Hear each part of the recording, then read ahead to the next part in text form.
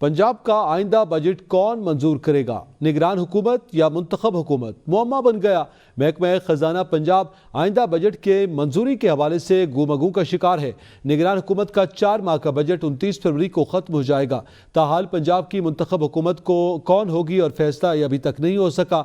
आइन में दर्ज है कि असम्बली के पहले इजलास में कोई बिजनेस नहीं हो सकता। पहले इजलास में सिर्फ स्पीकर और डिप्टी स्पीकर के इलेक्शन का शेड्यूल जारी होता है। स्पीकर और डिप्टी स्पीकर के इंतखाबात के लिए मुनक़दा इजलास में बजट मंजूर नहीं हो सकता। इस हवाले से मजीद जानेंगे आप मोहम्मद वसीम से। जी वसीम, आगाह कीजिएगा।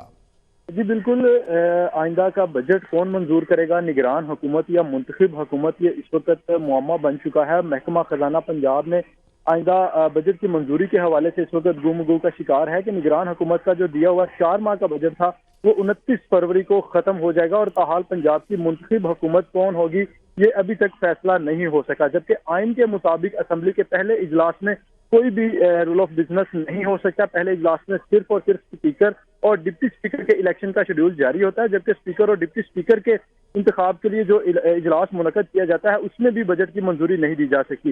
दूसरे बारे में अगर आपको बताते चलूं कि स्पीकर और डिप्टी स्पीकर के इंतखाब के बाद कायदे ऐवान का इंतखाब जो है उसका शेड्यूल जारी किया जाता है और कायदे ऐवान के इंतखाब में भी बजट पेश नहीं हो सकता। अगर नौमुंतखब पंजाब असम्बली इसी सूरत में बजट मंजूर कर सकती है जब इजलास 23 फरवरी से कबल होगा। पंजाब का बजट इसी सूरत पंजाब असम्बली से मंजूर होगा अगर इजलास 23 फरवरी से कबल होगा। तो और सेक्रेटरी खजाना का इस बारे में कहना है कि अगर पंजाब असम्बली का इजलास ताखीर से हुआ तो फिर निगरान हुकूमत से ही जो बजट है वो मंजूर करवाया जाएगा। जी।